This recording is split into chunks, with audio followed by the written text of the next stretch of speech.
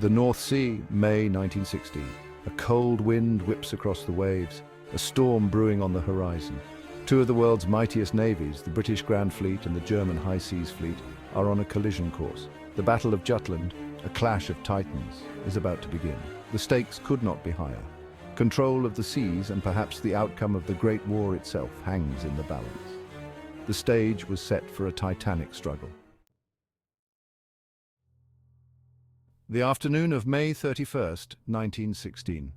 The British, thanks to intercepted radio messages, knew the Germans were on the move. Admiral John Jellicoe, commanding the Grand Fleet, sailed to intercept. But Scheer's plan was already in motion. He had divided his fleet, hoping to catch the British off guard. The first shots of the battle rang out at 14:28, fired by a Danish steamer caught between the two fleets. The battle lines quickly formed.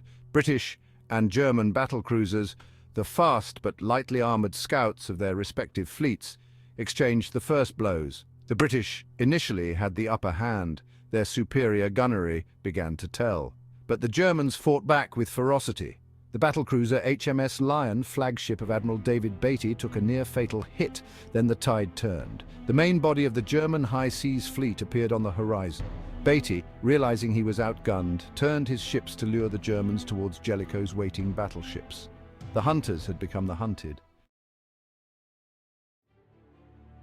The setting sun cast long shadows across the churning sea as the main fleets clashed. Huge guns roared, sending monstrous shells arcing through the air. The sea erupted in towering columns of water and fire. Ships twisted and turned, desperately trying to avoid the deadly rain of steel. Jellicoe, a cautious commander, deployed his battleships in a long line, maximizing his firepower.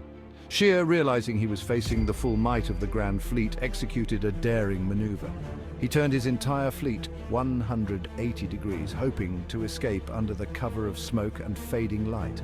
The British pursued, but the Germans, aided by worsening visibility and the coming night, managed to slip away. The Battle of Jutland was over, but its cost on both sides had been devastating.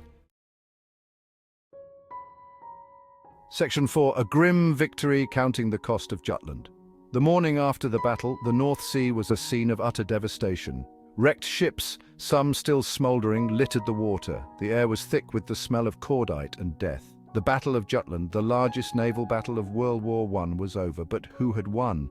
The British lost more ships and men in the battle. Over 6,000 British sailors were killed, compared to around 2,500 Germans. Yet, strategically, the battle was a British victory. The German High Seas Fleet never again challenged the British for control of the North Sea. The blockade remained in place, tightening its grip on the German economy. Jutland, however, was not the decisive victory the British public had hoped for. The losses were shocking. The Royal Navy's reputation for invincibility was dented. The battle had been a brutal, attritional slugfest. Section 5. Echoes of Jutland, the legacy of a brutal encounter. The Battle of Jutland was a pivotal moment in naval history. It marked the end of an era, the last major clash of dreadnought battleships. It highlighted the changing nature of naval warfare with new technologies like submarines and aircraft. The battle left a lasting legacy on both navies. The Germans, though defeated, took pride in their performance. They turned to unrestricted submarine warfare, a strategy that would bring them closer to victory but ultimately lead to their defeat. The Battle of Jutland serves as a reminder of the brutal realities of war. The echoes of that fateful day still resonate a century later, a chilling reminder of the power of the sea and the enduring human cost of war.